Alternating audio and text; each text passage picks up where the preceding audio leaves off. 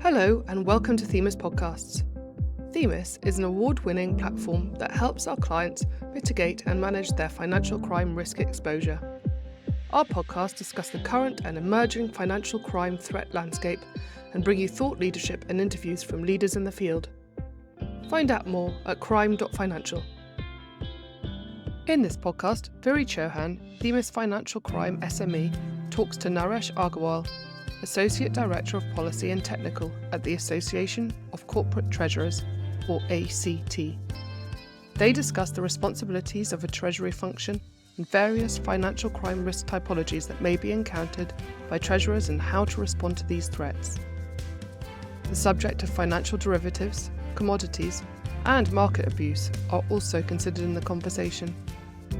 Hello and welcome to this Themis podcast. My name is Viri Chauhan. Today, we're going to be talking about corporate treasury and financial crime risk in that area. I've got Naresh Aggarwal from the Association of Corporate Treasurers with me. He's the Associate Director of Policy and Technical. So welcome, Naresh. Could you first of all tell us about your role and what the Association of Corporate Treasurers does, please? Well, first of all, thanks, Viri, for inviting me to join this podcast. I'm one of three policy and technical directors at the ACT, and my colleagues Sarah and James, we all have slightly different roles. But essentially, we work with the corporate treasury community, which is scattered across the world with big and large companies, public and private sector, as well as the third sector.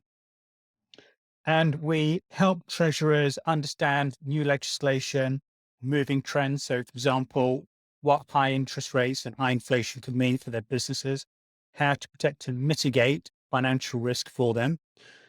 We also work with regulators like the Bank of England, the FCA and the PRA to help them get a better understanding of what the real economy is currently facing. The ACT itself is a membership organization of about 7,000 students and members, predominantly based in the UK, with membership also across the Middle East, the Horn of Africa, South Africa, and a hub out in Singapore and Hong Kong. We provide qualifications from level 2 through to level 7, and we also organize events. So we've recently had our annual conference up in Liverpool. We had about 900 delegates listening over a couple of days to keynotes and general speakers talking across a whole range of topics, from things like ESG, the macroeconomic environment, supply chain, and indeed financial crime. Thank you. And in fact, I was there. I was presenting on modern slavery, our training there, and it was a very impressive conference, I have to say. So thank you for that introduction, Naresh. So for the lay person, could you describe to me what is corporate treasury or a treasury function? I think part of the difficulty is there is no specific definition. And if I think about my sort of 30 odd years as a treasurer, I've done a whole load of different activities. I have bought and sold foreign exchange on behalf of a company which was exposed to exchange rate risk. We had margins of probably about 8%. And so a movement in sterling of 10% could completely wipe out our profits. So my job was then to try and reduce the risk to the organization of exchange rates moving. I also worked for a property company which borrowed a lot of money, very exposed to interest rates. And again, my job was to look at products banks were selling, to look at how we could use those products to mitigate the impact of, as we see today, rising interest rates. So treasurers do a lot of different roles. Some treasurers get involved in insurance, some get involved in pensions, some get involved in payments. And when we talk about payments, for some companies, it may just be high value treasury payments. In other organizations, it may be all of the payments, including supplier payments.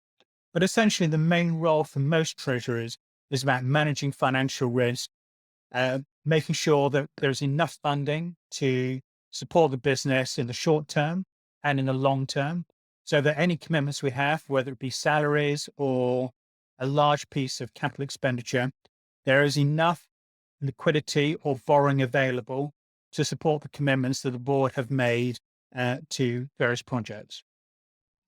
Great. That's very useful. So thank you for that. So in terms of the exposures to um, multiple aspects of financial exposure, they seem numerous. So therefore, would I be correct in saying that the exposure to financial crime risk is also quite um, great as well? I think it varies, to be honest. If you're working, for example, for a water company in the UK, what you have is a whole load of customers like you and me. Level of financial crime involved in that hopefully is relatively low. Most of your costs are going to be in maintenance. So you'll be using probably tried and tested second and third level suppliers. And so for an organization could be very large with a very big turnover, the type of financial risk you'll be exposed to could potentially be quite low. But if you're a medium-sized specialized engineering company, turnover may be relatively low, but you may have businesses scattered across the whole world. You may have small teams located in India, in Kazakhstan, in the US, in Brazil. And so managing financial risk with very small teams on the ground across a multitude of jurisdictions can therefore be much harder to manage. So to me, it's not about having one size that fits all or saying for a large or a big company. It's much more about thinking about what are the risks you face and then what are the suitable structures you should have in place. So one of the things that I was, in fact, talking to a journalist last week about was about the rise of centralized payment factories. And that is partly in response to the fact that for some companies, they have come to the conclusion that having lots of payment environments scattered across the world does leave them open to much greater sense of financial fraud and mismanagement, greater risk of paying the wrong people and paying bad actors. And actually, the better thing to do is to combine all of those into fewer locations. And therefore, it's easier to raise the skills of the people involved in making payments because there are fewer places you have to train.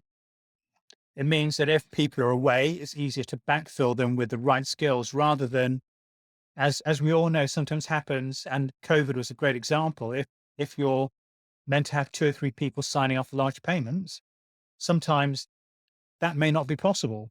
So the easiest thing is to say, I know you're away on holiday, or I know he's away on holiday. He should really be signing this off.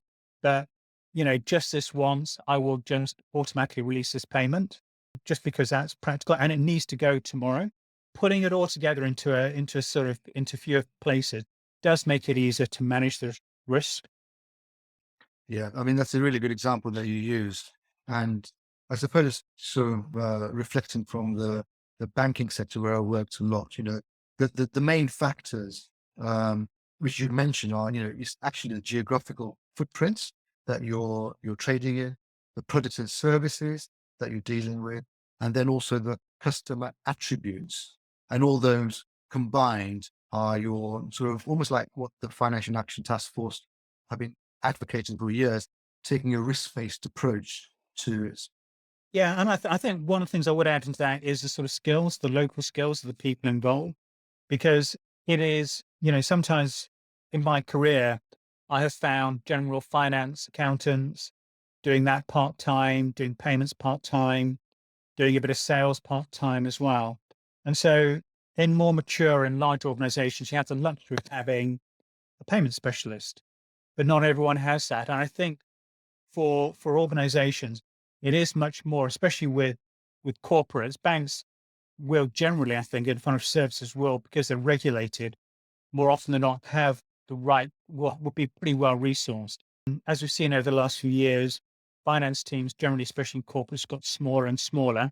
And so people are multitasking. And it just becomes sometimes one of these risks that creeps up on you.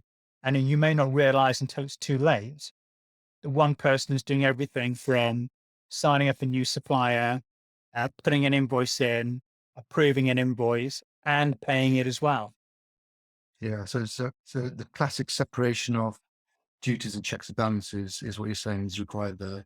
Exactly. And I've just been updating our competency framework, which looks at all the attributes that a treasurer needs to have. And there was an area around governance. And we picked up on the 3 lines of defense. And we had a debate about whether that's still valid or not. And I was definitely very much of the view that even if organizations don't write down the first and the second and the third lines of defense, most of them will have it. But actually, I think that a lot of them have it without referencing what they are or without providing strong, clear guidelines around this is the role of the first line of defense. This is what the second line of defense does that is different to the first line. Because sometimes people think that it's just a group of people doing the same job, but a different group of people. And I'm very clear from my 9 years consulting at PwC that it requires a different mindset and a different perspective. Certainly when I did second line of defense reviews, I was always assuming there were bad actors in the organization and trying to work out if it was me, how much could I take, how quickly somebody could spot that I'd actually defrauded the organization. The good news for all of my clients is I never actually put these plans into practice. But I do remember a famous one for me where I know I could have stolen £35 million. It would have taken a month for them to have worked it out. The head of internal audit was really pleased that I had actually spotted it. She would have no idea how to have applied the right lens to looking at their business operations. Amazing. Well done on that. And this is really impressive. And, the three lines of defense model is something that the FCA are advocating for all regulated firms regardless. And, recently they did send out a Dear CEO letter, again, reinstating how important differentiating between the first and second line is. And there's some useful information out there. And it's quite straightforward. This is another example of one of the areas where, as corporate treasurers, we have the luxury of not having to do something because we're forced to do it, but to look at the regulated sector, to look at things like the governance framework, to determine whether it's appropriate or not for the size and scale of our business.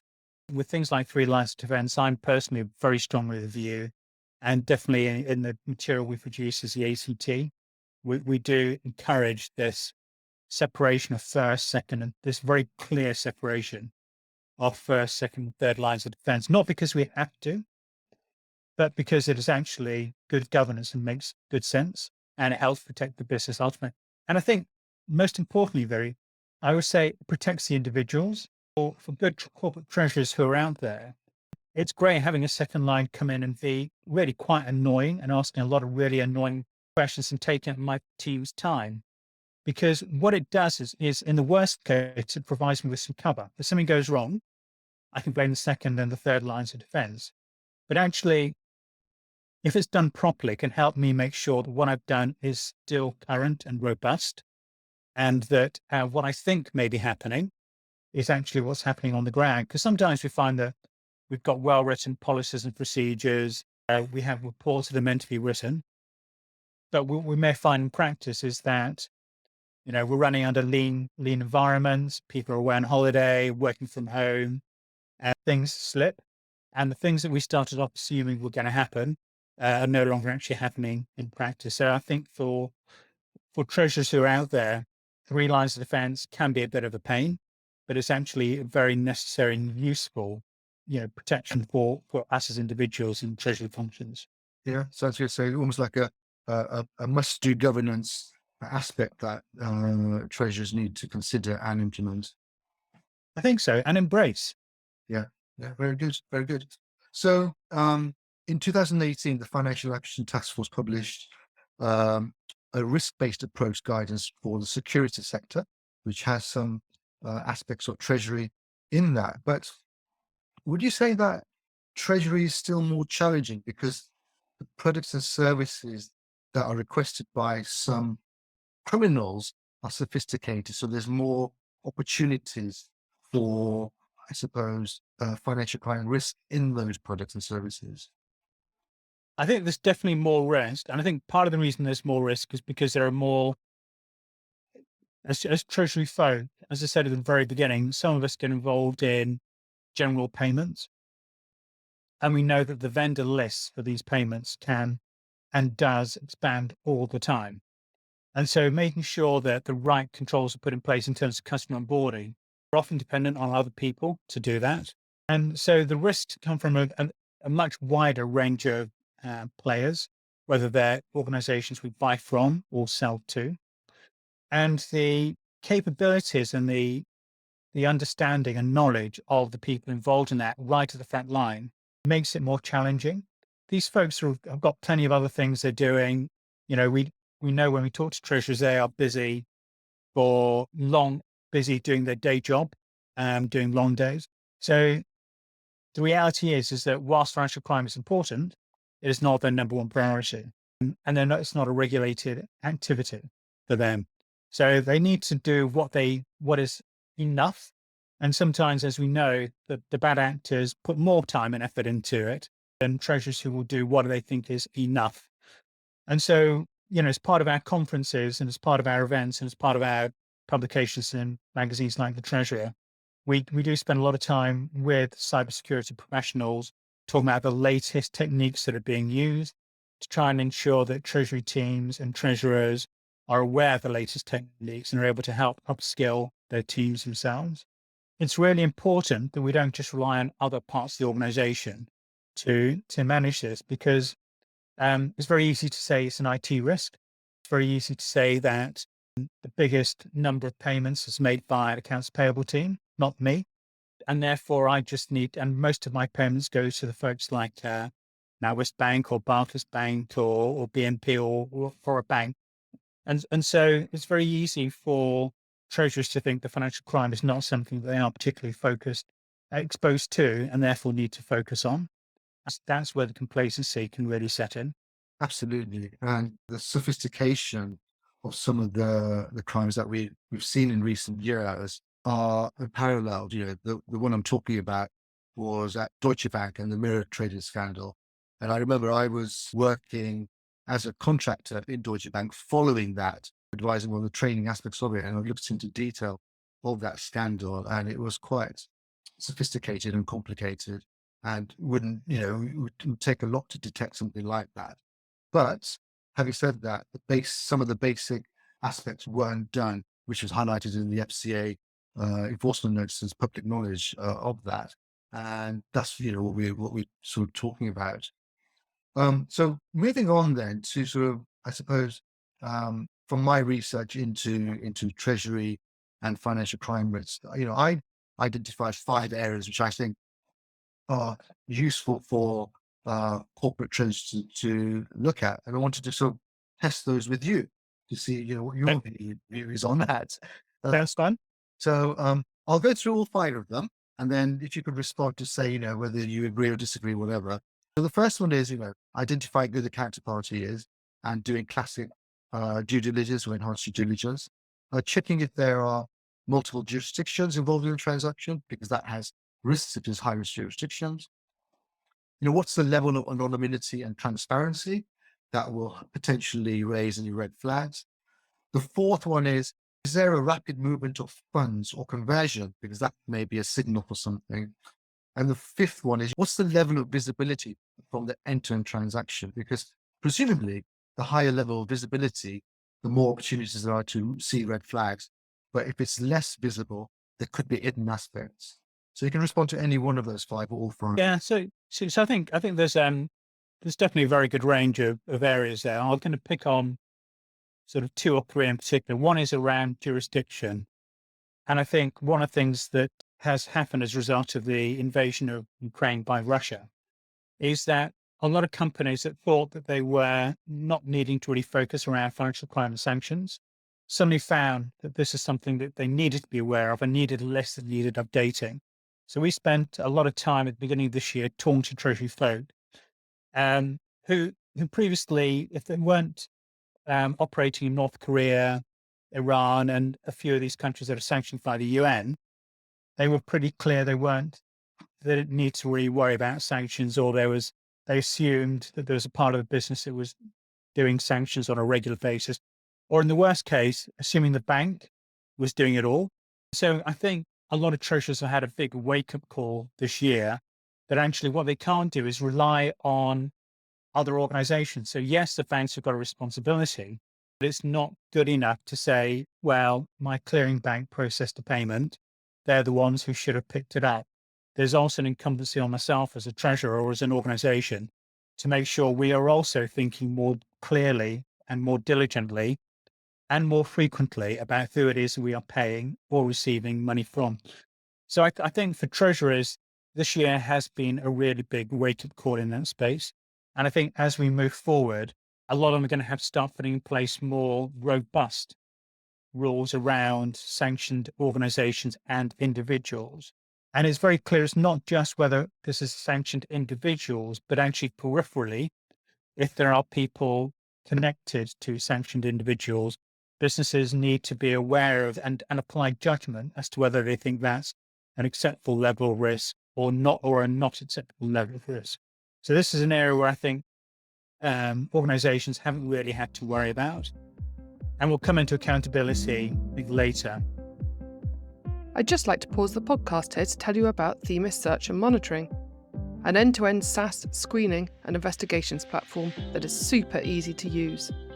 Screen your clients, suppliers, investors, and investments against sanctions watch lists, PECs, litigation, adverse media, criminal convictions, corporate registries, and monitor them for any changes. Our highly interactive risk maps and comprehensive and reliable data sources make our platform unrivaled in the market. Find out more or book a demo at crime.financial.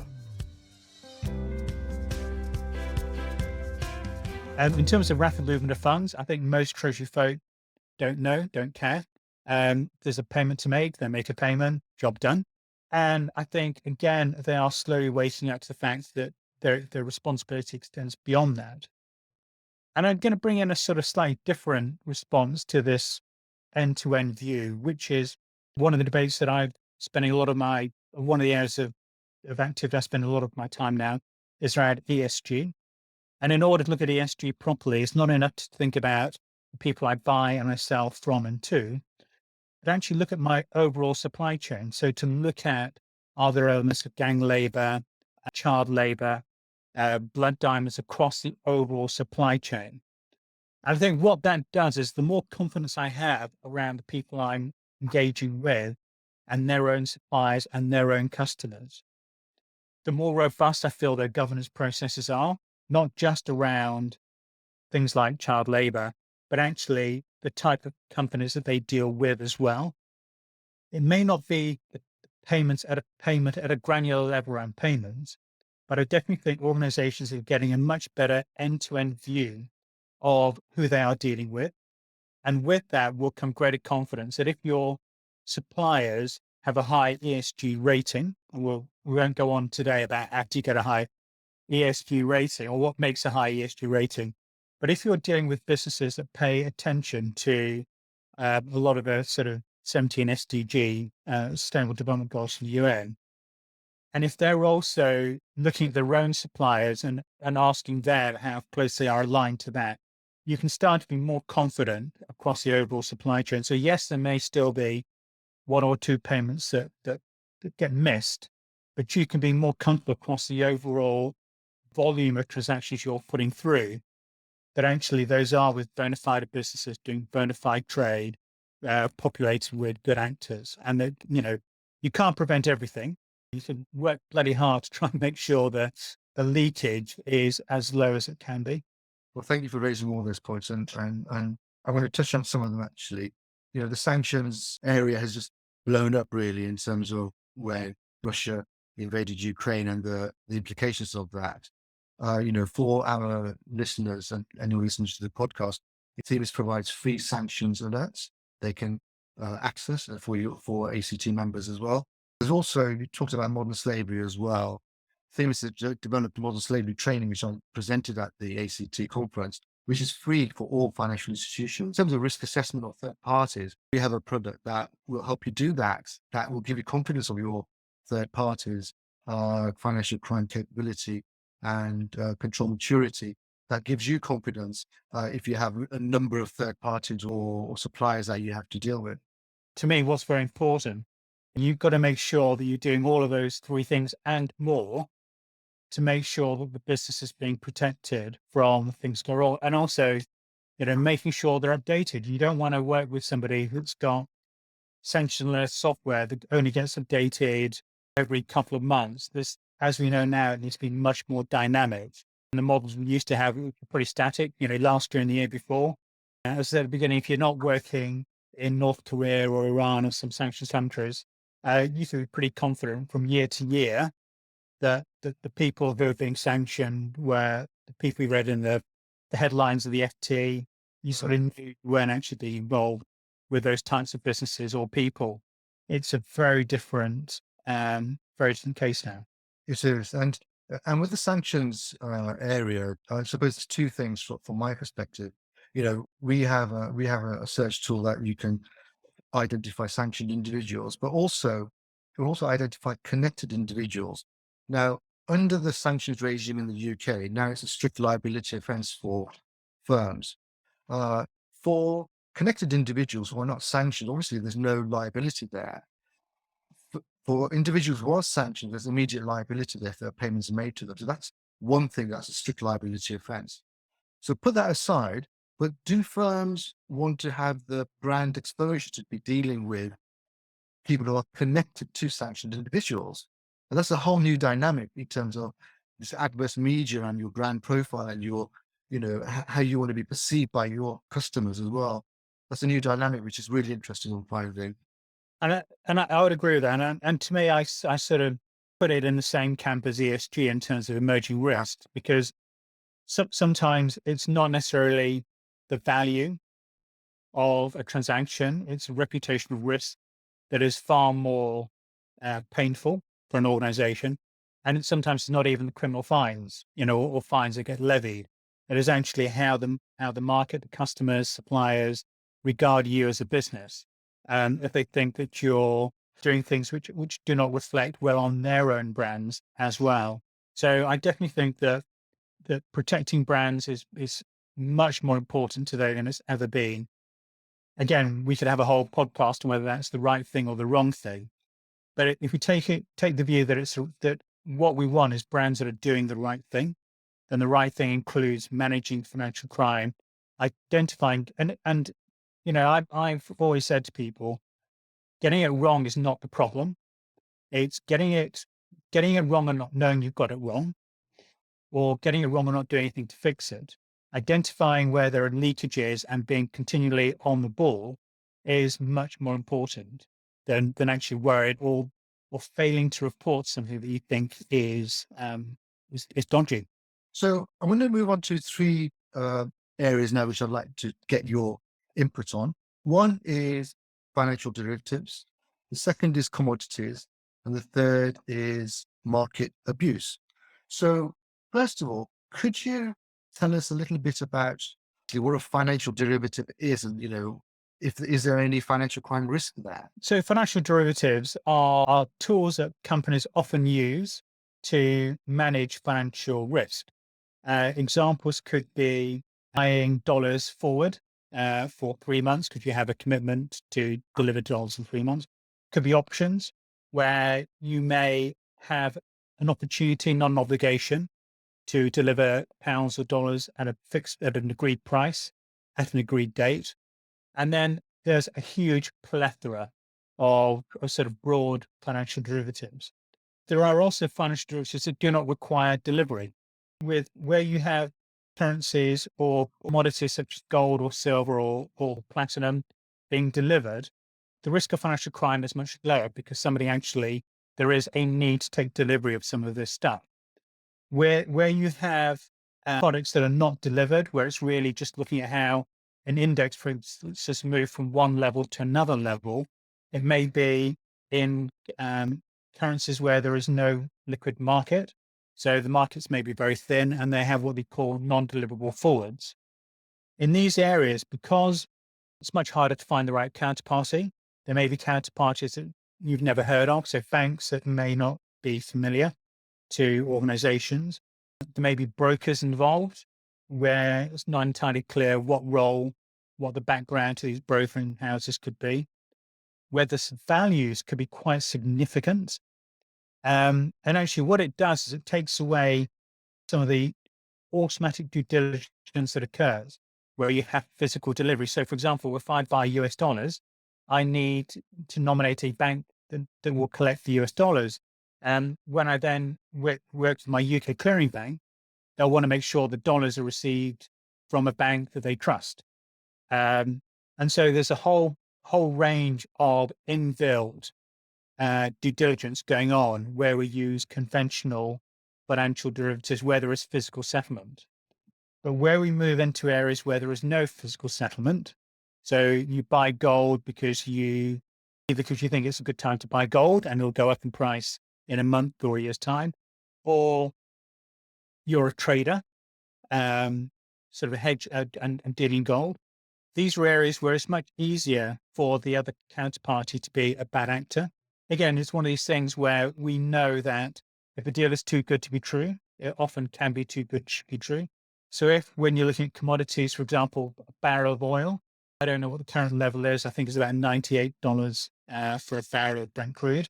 You know that if somebody's offering you oil, the same benchmark oil at $50 or $60, especially if there's not delivery of that particular barrel of oil, you've got to think there's something wrong with the deal where you already automatically make a profit. And we all know that to be on the lookout for laundromats, etc., that we think could be money laundering fronts. And the world of financial markets is no different to that. There are plenty of opportunities, especially in products that are not being delivered, especially in commodity space, especially if it's in sort of new and emerging markets and jurisdictions where the potential for profit is thought to be much greater. So some of the former Soviet Union countries, one would assume that buying commodities from these countries could be cheaper because they are former Soviet Union countries. That in itself can lend itself to dealing with bad actors. So we always need to be on the lookout for, again, it's about doing due diligence, and it means sometimes doing more due diligence, not saying that I've got a supplier in Kazakhstan, therefore that's bad, but actually just taking the same risk-based due diligence you would do for a business based in Nottingham, where I was born and grew up, or in northern India where my parents were born. So it's the same level of risk-based due diligence you need to do. Sometimes it may just need to be a bit more enhanced. But there are areas where there is greater risk and greater reputational risk to the organization if it gets it wrong. You mentioned sort of market abuse as well. And I'm sort of very aware that it's clear importance to regulators in the UK and overseas. And for corporate treasurers, again, most of them in the non-regulated sector are not required to adhere to the market abuse regulations. There are a couple of codes which sort of incorporate those in a sort of more corporate type environment. One is the London Foreign Exchange Joint Standing Committee. It's been going for about 50 years. And what it's trying to do is promote good practice in how anyone dealing with foreign exchange markets operates, whether they're bank to bank or corporates with banks, or occasionally corporate to corporate. And a lot of it is around making sure that you get competitive pricing, you have transparency over deals, you confirm deals quickly. So all the things that are good practice to try and make sure there is no market abuse going on are things like the Foreign Exchange Joint Standing Committee and the UK Money Market Code try and encourage. We have treasurers on both forums to try and make sure that the treasurer's view is heard when we look at market abuse. I would certainly encourage treasurers who aren't participants in these, who haven't adopted these two codes, to look at them. There is a bit of work involved, but it does provide a lot of protection to people like second and third line of defense, that what you're doing is adhering to an established code of conduct to really promote good practice in dealing in foreign exchange or money markets. Great. And the fact that there is a code is helpful to enable treasurers to review, understand, and adopt as well. In addition to various other non-treasury AFC materials out there. No, exactly. It's a good framework. And whether you apply all of it or some of it, whether you don't actually sign up to it, but actually just use it as a reference material, it's very useful to benchmark how well you're doing. I think we were coming towards the end of it. There's two more things which I want to talk about. Well, three more things actually. Considerations, takeaways, and horizon scanning. So if I start with considerations first, You mentioned in detail the three lines of defense model and adopting that. I think we've talked about that in enough detail, and I really like the way you presented that. But what about things like doing a gap analysis or a risk assessment? Do you think that's necessary for corporate treasurers? I'm very mindful. This is very much around being proportionate. We have members that include the FTSE 20. We have members who are not treasurers and don't have treasury teams, but actually do carry out treasury activities. So I think it is very much around being proportionate. I think risk and governance always need reviews. To me, teams change, tone and culture in organizations change. The external world changes as well, as we saw at the end of February when Ukraine was invaded. So whatever frameworks we had before, they may not work with working from home. They may not work with a more dynamic sanctions regime. And they may not work with the fact that I've had a woman in the team who's been around for 15 years, knew all this stuff back to front. And now I've got a 23-year-old straight out of university who thinks he knows it all. So it's really important to make sure that these risk frameworks are reviewed on a regular basis to make sure that they're still right for the business. I was talking to somebody yesterday about Brexit, and one of the opportunities that Brexit, in theory, should be providing us is the opportunity to sell to more jurisdictions and more countries. And if we actually do that, then the footprint of our company is going to change and the risk profile is going to change. And so where we look at risks across our businesses will change as well. So we need to make sure it remains fit for purpose and proportionate to our business. So what about crypto assets then? What's your view on that? I sort of think that crypto assets are just a variation on a theme to some extent.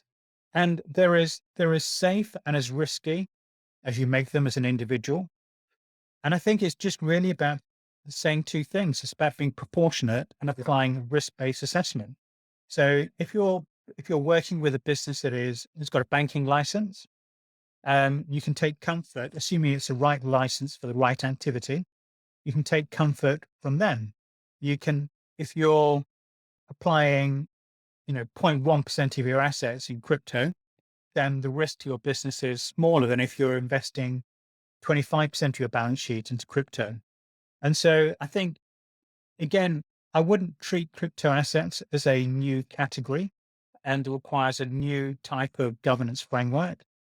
Really, what you should be doing is making sure your existing governance framework is robust enough to deal with how you want to use these new financial assets. That's great. And in fact, your words about taking a risk-based approach is mirrored by the Financial Action Task Force as well. They produced a paper in 2019 on crypto assets, which is useful and takes the same approach. So that's good to know. So then finally, Naresh, would be takeaways for for corporate treasurers and the audiences, from your experience on how we should manage financial crime in a corporate treasury or treasury function? What would you advocate? Well, I'd say there's sort of three or four things that are the most important. First, I think it's important to make sure that you set the right tone as the treasurer or as a senior business manager, that you and your team are up to date with any internal compliance training, that is not seen as being, oh my God, another bloody chore to do, but actually it's an important task to do. That also the compliance training itself is adequate and up to date and proportionate to and reflective of the business needs. Do you need it to go to everyone across the entire organization, including service engineers and people handling complaints? Or do you need different types of training with different degrees of complexity, depending on the roles people have? I think as treasury folk, it's also important not to just look at the treasury payments that we make, but look at the wider organization as well. We've talked today around reputation. And as a treasury team, we have a high responsibility around reputational risk business. When we sit there talking to banks, to investors, part of what they want to know is how you protect your reputation and your brand. And so what we need to do as treasury teams is understand what is going on across the rest of the business from a financial crime perspective and protection. That include accounts payable teams, procurement teams, and the procurement process itself, how we onboard new customers and new suppliers. And I'd say the final thing is accountability, because what you don't want to do is be in a business where, as treasurer, I say, well, I thought it's my bank's responsibility, or I think I assumed it was a head of shared service center, it was her responsibility, or it was a sales director or the CFO. You need to make sure you're clear who is accountable for it. And if it's you, then you've got to make sure you've got everything in place. And if it's not you, you've got to make sure that the person who is accountable, you're providing enough support to make sure they can do their job properly. And very, very good guidance and advice there, Naresh. Well, thank you very much. I think this brings us to the end of our podcast. I'd like to remind people that there's information available on both the ACT website and the Themis website on a number of different subjects that we've talked about, or you can contact me directly if you want further information. That's all. So I want to say thank you again, Naresh, and it's really good speaking to you. I've really enjoyed. Thank you for the invite, and it's been a pleasure sharing a corporate treasurer's perspective on financial crime. Thank you so much for joining us for this edition of Themis Podcasts. Find out more about Themis at crime.financial.